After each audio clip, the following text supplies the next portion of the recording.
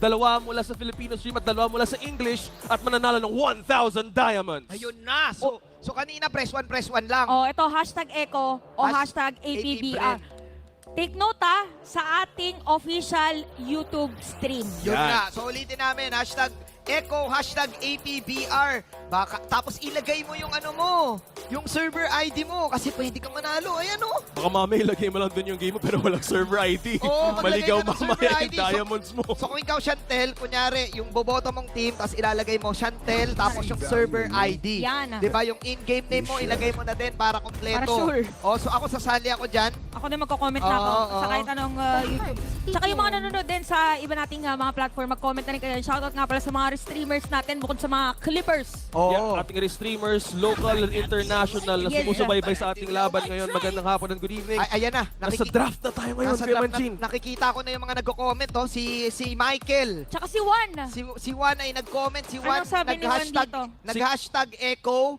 Ang ID number niya, 119273331. Grabe ka, Michael, ha? Grabe, pati ito si IGN Chris IMDiff. Galing, Grabe galing. naman, nababasa po namin ang mga comments niyo. So keep it coming. Dahil nasa draft na po tayo ng game number Eto 1. na. Ay, Blue side ang Echo. Grabe naman. Blitz drop talaga. Tatlo agad. Ang dami natin pinag-usapan, pero ang dami kagad pinili dito. At ayun, nangunguna ang Roger.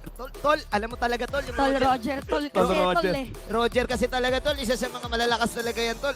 Roger Arlot, nanakawin ni TikTok. Remember, si Coach TikTok, dati niyang kakombo, si Trevor. Oo nga pala, parang yung mga ideas. Yung mga ideas. para Kanina- sila magti-tiktok-taw ngayon. Oo nga eh, XOXO. Pero kanina, pagpasok nila, ang sweet ka na pagpasok nila dun sa entrance eh. At Oo. noon, ang tawag pa sa kanila noon, Tagaturo Brothers. Tagaturo Brothers. Pero hindi na sila Tagaturo. Isa na lang siya ngayon. Isa na lang siyang Tagaturo ngayon. Taga-point. Oo, si TikTok ngayon, ang kalaban niya ngayon, si Trevor, ang dati niyang kasama na Wichitaki na. Ayun na, kinounter na. Sabi Eto na nila, agad. masakit yung damage nung Roger. Why not magparamis tayo? Parang Wichitaki. Ito second time na pick ang Paramis. Hindi nga siya Interesting. gaanong nagagamit din sa MPL Philippines. Ngayon, AP Bren. Nakita natin na ginamit nila to from Romania and also sa mga lahat naging games all around the world na naging staple din ng Paramis with the Fredrin sa kamay din ni Kyle TZ. O parang sabihin na natin, meron talaga mga teams na kahit magbago paulit-ulit or magkaroon nga ng patch update. As long as part talaga siya ng synergy ng team of how you really play or execute a play, yun yung parang sabihin na natin. Para sa mga XP laners, isa sa mga matchups na kaabang-abang din ay Sanford versus Flap TZ o kay CC ang pipiliin ni Flap TZ. Ngayon, hindi pa natin alam kasi kung itong Arlot ay mapupunta ba sa XP o mapupunta ba kay JP as the roamer. Kasi alam naman natin, Ginagamit nirespeto din. yung Yuzong eh. Oo, ginagamit din. Nirespeto ni Trevor yung Yuzong. Go-to yan eh. Go-to pick kasi ni Sanford yan, yung Yuzong. So, siguro, di pa mag-topa kits dito or maglapo-lapo or Benedetta, open din.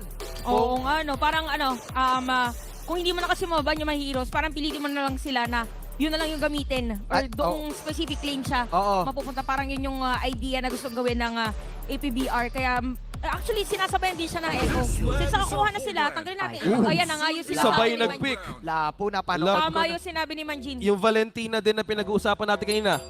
Oo, yung Valentina ay pinili na din ni Sanji. Let him cook. Isa sa mga malulupit na mid laners ngayon. Now, if you are Coach Trevor, alam mo na kung saan manggagaling yung sweep na meron para sa side ng Echo. Ngayon, kailangan na lang nila ng hero para kay Supamako. Do you go for the Brody? Do you go for the Nathan? Kasi ninakaw din yung ninakaw yung Roger niya. Nakita natin to sa kanya last time eh. Yung Roger Tol, nawala na Oo, rin. nawala. So ano nga ba yung magiging sagot? Dahil nga meron nga din silang Valentina dito kasi maging maingat. The Brody is the answer. Brody nga. Nag-make sense din kasi kung Brody and the Faramis. Mind you, the Brody lang ang bukod tanging pwede makapag-break ng Netherrealm at magiging delikado din sa mga setups nila. Kaya good ang Brody para dito kay Super Marco. Ito yung pang-championship hero ng AP Bren. Kasi nga naman hindi mo kailangan bantayan. Early game pa lang to mid game, may damage ka na. Goods ka na at kayang sumabay sa Roger kung sabayan lang. Scaling nga, pero Superstar ang match of the week na nga. Shoutout sa mga viewers natin na nakatutok para sa mga papalapit na bakbakan. bilang pasasalamat, abangan nyo ang ilalabas naming mga code na pwedeng i-redeem sa inyong MLBB app para sa mga hero skins at tournament chests. At huwag niyong kalimutan i-comment ang hashtag Echo plus yung IGN and ID numbers ninyo or hashtag APBren plus yung hashtag APBR yung, Sige, with ulit. your IGNs and your server IDs. At share nyo na yung mga stream natin, lalong-lalo na dyan sa YouTube. Oo, i-share nyo kung mayroon kayong mga taga-ibang bansa, mga friends. This is how we do MLBB in the Philippines. Oo nga, ganun talaga yung mga labanan dito. So manood kayo dahil ito na nga unang laban ng ating world champions na bumula sa lupang sinilangan ng Pilipinas. Paunahan sa purple, Paunahan sa purple, Sino kaya mauna sa mauna purple? purple? Oh. Pabilis na mag-farm. Nauna ata si Kyle. Ay, sabay. Sabay. Yun yung mga caliber, pre. Yun yung mga caliber. Oh. Okay. So ito pala yung concept sa APBR, na AP Bren. Parang dalawa yung panghila, yung Ruby at saka yung Shadow Stampede. Oo, double hila yan. Kasi withstand nila yung damage output ng Roger. For sure, expected ng AP Brento na pwedeng counterin sila with the Roger. Remember, nakita natin kagabi, nagmasha pa. Itong AP Bren. Pero si Tinko magkakatalo dito. Si Ogwen kasi on a different level talaga ngayon, no? Matindi yung mga binibigay ni Ogwen. Masasabi ko si Ogwen ngayon ang isa sa mga key player ng AP Bren. So, kailangan maging ready din ng Echo doon sa mga gagawin ni Ogwen na mga pag-abang, gagawin niyang mga pang-box out kasi nakakailang win conditions lagi si AP Bren because of Ogwen. Yep, speaking of Ogwen, gamit nga ngayon niya ang Ruby. So in terms of team fights naman ang pag-uusapan, kailangan maging maingat dahil nga lahat ng pwedeng gawin either in Echo's team fights, either they could invade, they could jump, they could copy. So mga ganong moments na maliliit, kung pwede na ma-utilize, pwede magamit ng isang Ruby. But now it's on level 2. Level 4 na rin si Carl TZ, same as Kyle TZ. Alam mo, nabanggit natin yung dito, about sa mga jugglers, yung dalawang roamers natin. Actually, parang same nga lang din ang concept ng mga heroes. Dahil dun sa, parang nakadiretso lang yung sibat eh. Oo. Diba? Tapos yung sa Ruby, medyo lumiko lang saglit, pero yung displacement ba ng mga heroes nila. So may kita natin ngayon, usually talagang dito nangyayari yung mga unang kakitaan dahil dito din magsuspawn yung turtle objective. Alam na nila yan 3v3 ang pwede mangyari dito sa bandang top lane. Tandaan mo, may dito, halos parehas yung concept ng Ditonas Welcome tsaka yung taunt nung nung Fredry. Nauna yung taunt, okay? Okay, nakita natin na ginamit na dito ni JP yung kanyang flicker. So ginagawa ng Echo dito, okay, i-zone natin ang mga players ng AP Bren. Tapos sabi ng AP Bren, bakit kayo magpapazone? Makikita ulit dito sa may total objective habang mag-clear muna ng minion wave. Parang gusto muna mag-level 4. Yung ibang mga players, dahil up to players dito na side ng APBR, level 4 na. Level 4 na si JP, eto na. Makikita natin ngayon na sisimula mo na, kalmado muna ulit yung ating dalawang komponent. Para nag-aano lang yan ay before the storm. O, di ba? Na-reset. Ganda ring buy time yun kasi hindi pa nga lahat kompleto mag-level 4. Kung gusto mo bakbakan, kailangan kompleto sa Ricardo's level 5 minutes Scar TZ na lahat yung turtle. Nakita na natin Bravest Fighter, mas tanga dito si Few habang si Car TZ ay diretso makakuha doon ng pagong habang ginamit din ng Nether Realm. Tapos na naman dito, ang napakatagal ng mga buhay. Meron din pala sagot. Napakahaba agad yung team fight natin pero meron dash. And JP with the first blood, pero alam mabibigyan din yata, hindi makakatakot pa. Nope, Caldies with a secure kill. Palitan lang dalawang kupunan, pero Echo pa rin makakuha ng pagong. So parang turtle lang talaga yung difference maker, pero tutuloy pa rin nata ni Kyle TZ to Low on HP Sanji and Carl TZ, pero wow! The placement of that missile expert, 4-3 ka agad na napabalik doon. What a team fight. Na-force ka agad ng NetherRealm and Echo utilizing that team fight at early objective din for Carl TZ. Malamang mapaparami talaga yung team fight sa laban na to. Nakita natin yung initiation ni Sanford at malamang round 1 pa lang yon sa nakita natin. Marami pa tayong pwedeng makitang mga ganong klase. Pero kanina, hindi ko lang din pala na-consider. Valentina nga pala to. And that is a Paramis. Right after that Paramis ay pwedeng nakawin ng Valentina yung ultimate ng Paramis at tatagal pa yung laban. I really thought that AP Bren ay yung pinaka magsistay sa laban na yun kasi napuno lahat. Na-utilize nila yung Shadow Realm sa pinakadulo. But then again, may counter ko si Sanji. So this is a different Sanji na na galawan ngayon kasi usually killer type ngayon. May onting suporta para kay Sanji. Masaya din tayo na nabalik ulit yung Faramis tsaka Valentina ng mga gameplay. Anong season ba ito na? Season 10. Grabe na paulit-ulit yung mga team fights, mahaba yung disengage and re-engage. Kasi kanina nakita lang natin, sa unang turtle pa lang, ang dami naging delay, ang dami naging buy time din. So di tayo makita na how will they utilize those small, close moments na pwede lang gamitin against AP Bren. And speaking of small moments, maganda dito yung isa sa mga small detail na napansin ni Manjin doon sa nagiging playstyle ni Sanji. Kasi parang pinapantay niya kung paano maglaro Si Few. Kasi diba Master Few. si Few, ganun siya maglaro. Parang may time na more on kills, may time na, or parang dinedepende niya sa sitwasyon. Kailangan ko ba Oo. dito na killer type, na mage or support type. So ganun ang nangyayari dito para sa mga players natin. Siguro ang pagkakaiba lang dito, may punish kasi yung Echo kapag mag-isa ka dahil sa dito nas welcome eh. Sa side kasi ng AP Brand, kailangan laging nandun si Pew. So, para hindi mapitas. So, na kay Carlito ngayon, mag-aala, ano ba si Carlito? Usually kasi, di ba si JP yung magpipick off Oo. sa side ng Echo. Siya mauna. Ang mauuna ngayon dito si Carlito. Kasi nga, ano na yan eh, Barats na yan, alam ni OSX yan eh. Yep, speaking of which, Kyle TZ hindi na nga nag-contest dito. Barats, napabilis nga nakuha ang second objective. Na-force out nga siya doon ulit gamit ng Missile Expert. Oo. At mas na-trap din sila kung mag-answer din ng wave clears. Oh, para napanood na natin din to kanina game number 1 eh. Kung ayaw ng team fight, mag-split push. Ganun ang ginawa ngayon ng APBR. Kaya kung mapapansin nyo, kahit nakuha dito ng Echo, dalawang turtle eh, halos maliit lang ang kaalamangan, which actually APBR pa ang merong lamang doon. Well, speaking of lamang, nakuha ngayon Torres sa taas. Oo, magandang ng news. Echo. Magandang news para kay the longest one, Flap TZ. Dahil nga kahit paano makaka-rotate siya dito because of that tower push. Pero sasabayan siya ni Sanford, wapakan si Sanford. Sabi niya, oy, teka, bumababa yung CC, sabayan ko. Mahirap din kasi kung pabayaan mo yung CC. No? Kasi kung kukulitin nga niya yung backline niyo at magre-regen lang siya ng paulit-ulit, yun yung kailangan mo ingatan. Kailangan mo ingatan yung pokes, yung threat ng AP Bren na pwede lang gamitin against you. Alam mo yung mga gantong pokes na sinasabi nga, ito medyo nakakakabe. Pagka nagamit na yung mga skills na pwedeng pundutin. Oo, yun nga eh. Anytime pwedeng magkabigayan eh. Pero kasi yun, para sa akin, mas lamang pa rin yung may pure paramis.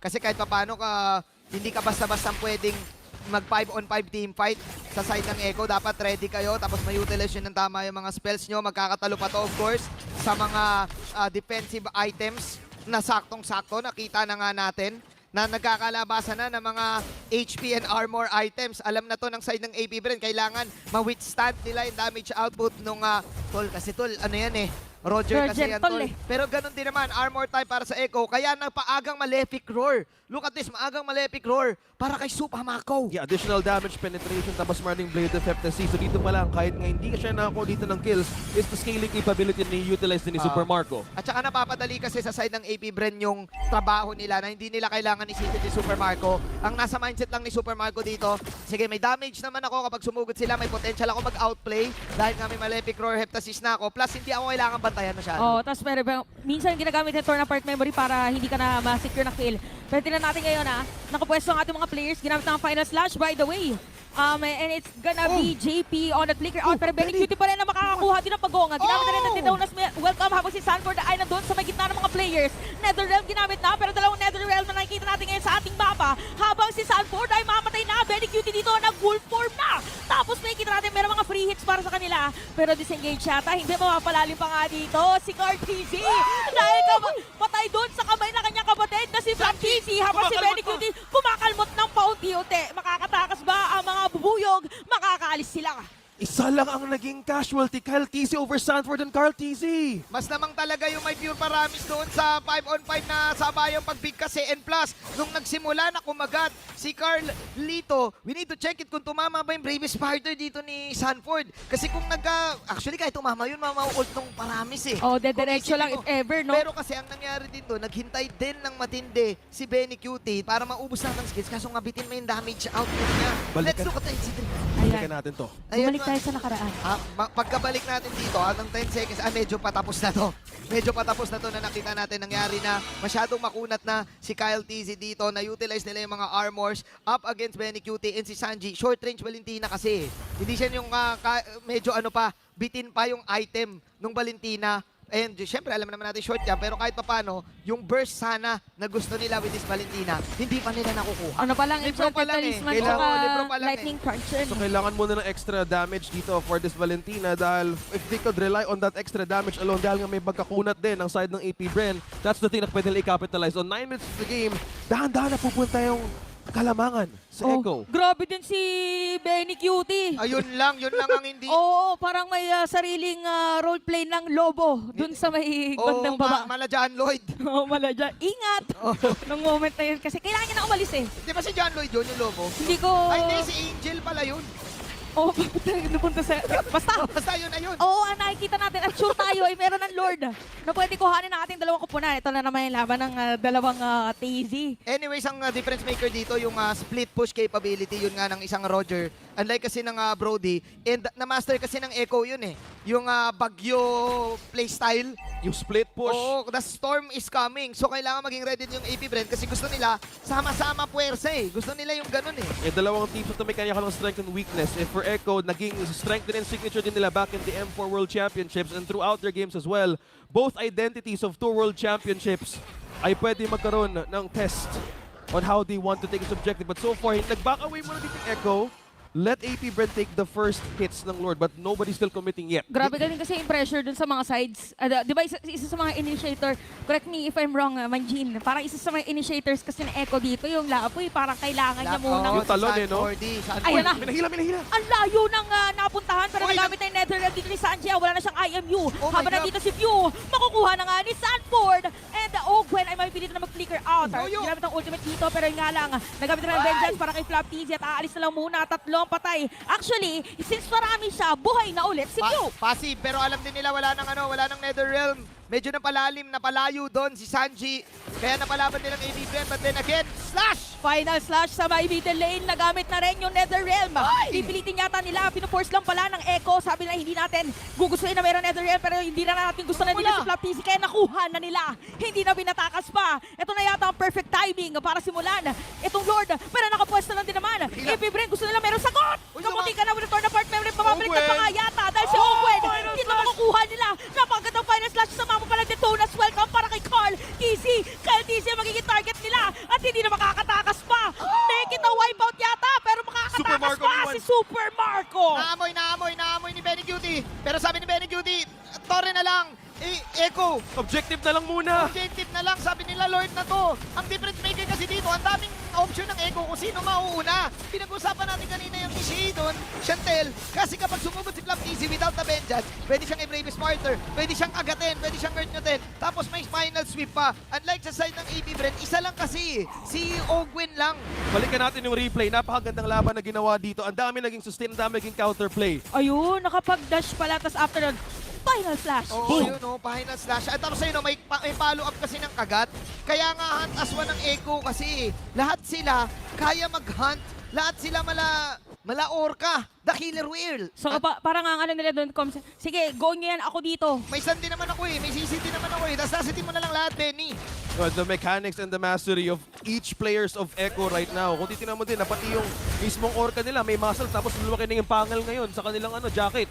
Yun yung growth na naging ngayon ng Echo. Oo, growth kung growth, parang nabuff din sila dahil sa mga pangyayari yun. Dahil nakuha na rin nila yung mga jungle or pwedeng kuhanin dito ng mga players ng AP Bren. Pero dahil ito ay level 1 Lord lamang, mabalis lang din na madedepensa ng mga bubuyog. At dahil dyan, aalis muna ang Echo, pero lumiliit ngayon yung mapa. Oo, yung Or mapa. kalamangan din, or actually lumalaki ang kalamangan ng Echo. At tsaka kasi may ano din eh, na-miscalculate din ni Flap TV. May nahila. Uy, sino nahila? May nahila si Sanford. Makuha nila yung Super Marco. Oy, nakita nyo, ginamit dito ni Kyle TZ Retribution. Meron din conceal. Masastan nga lang dito. Aalis mo na parang delikado yata na ituloy pa. Ang hirap talaga ng trabaho ng explainer. Napakagandang story to, no? Oo. For the explainers or even for this match, Echo versus AP Bren, hunt or be hunted. Oo, kanina kasi yung nangyari din kay Flap TV yun eh, yung wala siyang vengeance. Kaya din nakakuha siya. Ngayon si Sanford naman yung na-punish. Oh, eto yun. Matanong ko lang kayo, is this Uy. boring? Pili ko, paano magiging boring? Pili ko yung mga nanonood ngayon, sinasabi na, wow, ang gagaling! Maganda din yung nagiging teamfight natin. Talagang napakagaling. Dahil mukhang makakatakas pa yata. Carty City napakakunat.